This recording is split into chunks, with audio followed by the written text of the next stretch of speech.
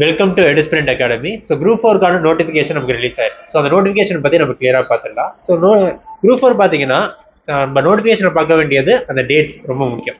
So எப்போ notification release ஆகிட்டு இன்னைக்கு ரிலீஸ் ஆயிடுச்சு 31/1/2024, அதாவது ஜான்வரியில் ரிலீஸ் ஆயிடுச்சு. எப்போ லாஸ்ட் டேட்னா 28 February வரைக்கும். நீங்கள் இப்போ 28 February நைட் 12 மணி வரைக்கும் உங்களுக்கு டைம் இருக்குது. ஸோ அப்போ அது வரைக்கும் உங்களுக்கு வந்து போர்ட்டல் ஓப்பன் ஆகும். ஸோ அது வரைக்கும் வெயிட் பண்ணாமல் சீக்கிரமாகவே நோட்டிஃபிகேஷன் வந்த உடனே நீங்கள் என்ன பண்ணலாம், அப்ளிகேஷனை அப்ளை பண்ண ஸ்டார்ட் பண்ணுங்க. ஓகேவா? ஸோ உங்களுக்கு இந்த வாட்டி என்ன செப்பரேட்டாக கொடுத்துருக்காங்க அப்படின்னா, நீங்கள் நோட்டிஃபிகேஷன் அதாவது அப்ளிகேஷனில் நீங்கள் கரெக்ட் பண்ணணும்னா அந்த கரெக்ட் பண்ணுறதுக்கான போர்ட்டல் வந்து எப்போ ஓப்பன் ஆகுமா, மார்ச் 4லேருந்து மார்ச் 6 வரைக்கும் உங்களுக்கு அது கரெக்ஷன் விண்டோ வந்து ஓப்பன் ஆகும் அப்படின்னு சொல்லிட்டாங்க. ஓகேவா? எப்போ எக்ஸாம்? ஜூன் 9 உங்களுக்கான எக்ஸாம். ஸோ அவங்க அனுவல் பேனலில் சொன்ன மாதிரியே நோட்டிஃபிகேஷன் ஜனவரியில் வந்துட்டு சொன்ன மாதிரியே ஜூனில் உங்களுக்கு எக்ஸாமும் நடக்க போகுது. ஓகேவா? ஓகே, நெக்ஸ்ட் எவ்வளோ வேகன்சி இருக்கும் சார்? எவ்வளோ வேகன்சி இருக்குன்னு பார்த்தீங்கன்னா, டோட்டல் வேகன்சி பார்த்தீங்கன்னா 6244 வேகன்சி இருக்குது. அதில் பார்த்தீங்கன்னா விவோ பார்த்தீங்கன்னா நம்ம எதிர்பார்த்த மாதிரி 108 வேகன்சி வந்திருக்கு. அதுக்கப்புறம் பார்த்தீங்கன்னா ஜூனியர் அசிஸ்டன்ட் அதில் பார்த்தீங்கன்னா எவ்வளோ வேகன்சி வந்திருக்குன்னு பார்த்தீங்கன்னா 2442 வேகன்சி வந்திருக்கு. அதுக்கப்புறம் பார்த்தீங்கன்னா டைப்பிஸ்ட்டு, ஸ்டெனோ இதெல்லாம் வந்து செப்பரேட்டாக தனித்தனியாக பிரித்தோம்னா டைப்பிஸ்ட்டில் பார்த்தீங்கன்னா 1705 வேகன்சி இருக்குது. ஸ்டெனோவில் பார்த்தீங்கன்னா 445 வேகன்சி இருக்குது. அதுக்கப்புறம் பார்த்தீங்கன்னா எக்ஸ்ட்ரா வந்து இப்போ ஆட் பண்ணியிருக்க ஆவின் வந்து எக்ஸ்ட்ரா ஆட் பண்ணியிருக்காங்களா, அதில் பார்த்தீங்கன்னா எவ்வளோ வேகன்சி இருக்குன்னு பார்த்தீங்கன்னா ஆவினில் பார்த்தீங்கன்னா 15 வேகன்சி. அதுக்கப்புறம் பார்த்தீங்கன்னா எக்ஸ்ட்ரா ஆட் பண்ணதில் இந்த ஃபாரஸ்ட் வாட்சர், ஃபாரஸ்ட் கார்டு இது ரெண்டுத்தையும் சேர்த்து எவ்வளோ வேகன்சி வந்திருக்குன்னு பார்த்தீங்கன்னா 1177 வேகன்சி வந்திருக்கு. டோட்டலாக பார்த்தீங்கன்னா 6244 வேகன்சி வந்திருக்கு. ஓகேவா?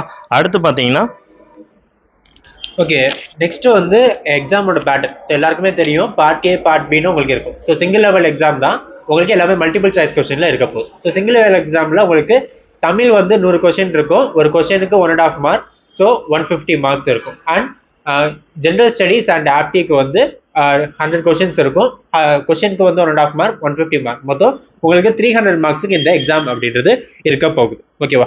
So next age limit. So எல்லாருமே கன்ஃபியூஸ் ஆகிற ஏரியா அதுதான். ஸோ ஏஜ் லிமிட் பொறுத்த வரைக்கும் ஏற்கனவே வந்து பிஏஓக்கு நீங்கள் 18 வயசுலேருந்து 32 வயசுக்குள்ளே இருந்தீங்கன்னா பிஏஓக்கு நீங்கள் எலிஜிபிள். ஓகேவா? ஸோ நெக்ஸ்ட் வந்து பார்த்தீங்கன்னா இப்போ புதுசாக ஆட் பண்ணியிருக்காங்க இல்லையா, ஃபாரஸ்ட் கார்டு, ஃபாரஸ்ட் வாட்சர் அப்படின்ட்டு. ஸோ அதுக்கு மட்டும் என்ன, அதுக்குமே வந்து 18லேருந்து 32 வயசு வரைக்கும் தான் ஏஜ் எலிஜிபிலிட்டி. ஓகேவா?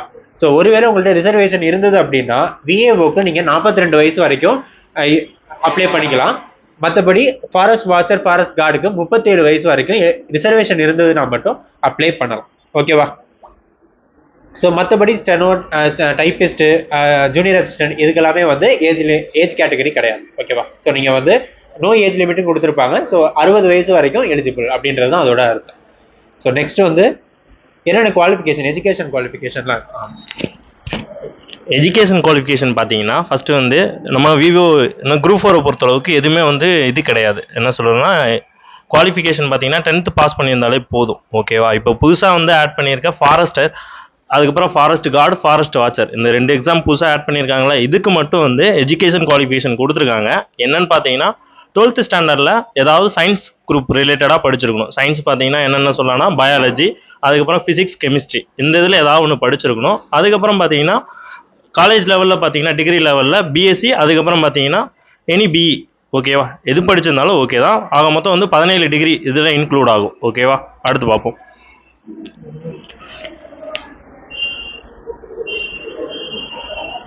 ஓகே, இப்போ என்ன பண்ணியிருக்காங்க, forest guard, forest watcher add பண்ணதுனால உங்களுக்கு ஹைட்டோட மெஷர்மெண்ட் அண்ட் செஸ்டோட மெஷர்மெண்ட்டும் சேர்த்து கேட்டிருக்காங்க. ஓகேவா? இதில் மேலுக்கு பார்த்தீங்கன்னா ஹைட் வந்து 163 சென்டிமீட்டர் இருக்கணும். செஸ்ட் மெஷர்மெண்ட் பார்த்தீங்கன்னா நார்மலில் 79, எக்ஸ்பேன்ஷனில் +5 ஆட் ஆயிருக்கணும். ஓகேவா? ஸோ அதேமாரி ஃபீமேலுக்கு ஹைட் வந்து 150 சென்டிமீட்டர் இருக்கணும். செஸ்ட் மெஷர்மெண்ட் பார்த்தீங்கன்னா நார்மலில் 74, எக்ஸ்பேன்ஷனில் +5 வந்து ஆட் ஆயிருக்கணும். ஓகேவா? ஸோ இதுதான் உங்களுக்கு ஹைட் மெஷர்மெண்ட். அண்ட் இதில் வந்து ஃபாரஸ்ட் கார்டு, ஃபாரஸ்ட் வாட்சருக்கு வந்து நீங்கள் வந்து எலிஜிபிள் ஆகணும் அப்படின்னா உங்களுக்கான வந்து கரெக்டாக இருக்கும். அது என்ன 6 சென்டிமீட்டருக்கு விஷுவல் ஸ்டாண்ட். ஓகே, இந்த நோட்டிஃபிகேஷனில் ஃபாரஸ்ட் கார்டுக்கு நீங்கள் வந்து எலிஜிபிள் ஆகணும் அப்படின்னா விஷுவல் ஸ்டாண்டர்ட் வந்து உங்களுக்கு 6/6 இருக்கணும். ஓகேவா. ஸோ இது வந்து ஸ்பெசிஃபிக்காக உங்களுக்கு சொல்லியிருக்க விஷயம். ஓகேவா. ஸோ இதெல்லாம் வந்து போன குரூப் 4ல இருந்திருக்காது. Forest guard forest watcher add ஆனதுனால இப்போ இந்த இதெல்லாம் சேர்த்துருக்காங்க. ஓகேவா. ஸோ நெக்ஸ்ட் பார்த்தீங்கன்னா உங்களுக்கான அப்ளிகேஷன். ஸோ எப்படி அப்ளை பண்ணணும் அப்படின்றது. ஸோ ஓடிஆர் வந்து நீங்கள் எப்பயும் போல் அப்ளை பண்ணுவீங்க. ஓடிஆர் அப்ளை பண்ணிவிட்டு அதுக்கப்புறம் நீங்கள் ஒவ்வொன்றா எடுத்துகிட்டு போவீங்க. ஓகேவா. ஸோ நீங்கள் வந்து ஃபோட்டோ அப்லோட் பண்ணுறதையும் சிக்னேச்சர் அப்லோட் பண்ணுறதையும் நீங்கள் வந்து நோட்டிஃபிகேஷனில் கொடுத்துருக்க அந்த மெஷர்மெண்ட்டும் அந்த வீடியோ ஃபோட்டோ கிளாரிட்டியோட அப்ளை பண்ணுங்கள். ஓகேவா. ஸோ ஒரு தடவை இன்ஸ்ட்ரக்ஷன் ஃபுல்லாக படித்து பார்த்துட்டு அதுக்கப்புறமா அப்ளை பண்ணுங்கள். நெக்ஸ்ட் எந்தெந்த எக்ஸாம் சென்டர்ஸ் வந்து எங்கெங்கெல்லாம் இருக்குன்ற ஃபுல் டீடைல்ஸும் உங்களுக்கு கொடுத்துருக்காங்க. ஸோ அதை பார்த்து கூட நீங்கள் அந்த சென்டர்ஸ் சூஸ் பண்ணி அப்ளை பண்ணலாம். ஓகேவா. Next exam pattern. So exam pattern பற்றி ஆல்ரெடி சொல்லிட்டேன். ஸோ தமிழ் இருக்க போது, ஜிஎஸ் இருக்க போகுது அப்படின்னு சொல்லிட்டு.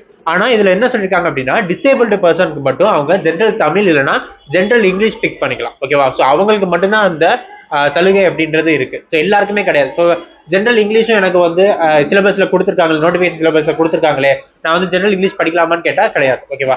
ஸோ அது வந்து டிசேபிள்டு பர்சனுக்கு மட்டும்தான் அந்த சலுகை. அவங்க எது ஜென்ரல் தமிழ் சூஸ் பண்ணிக்கலாம், இல்லாட்டி ஜென்ரல் இங்கிலீஷ் சூஸ் பண்ணிக்கலாம். எல்லாருமே அப்படி பண்ண முடியாது. கட்டாய மொழித்தாள் அப்படின்றது மற்ற எல்லாருக்குமே காமன். ஓகேவா. எல்லாருக்குமே தமிழ் தான் படிச்சாகும். ஸோ இவ்வளோதான் நோட்டிஃபிகேஷன்ல முக்கியமாக நம்ம பார்க்க வேண்டியது அப்படின்றது. ஸோ எல்லாருமே வந்து டிலே பண்ணாமல் முன்னாடியே வந்து அப்ளை பண்ணுங்க.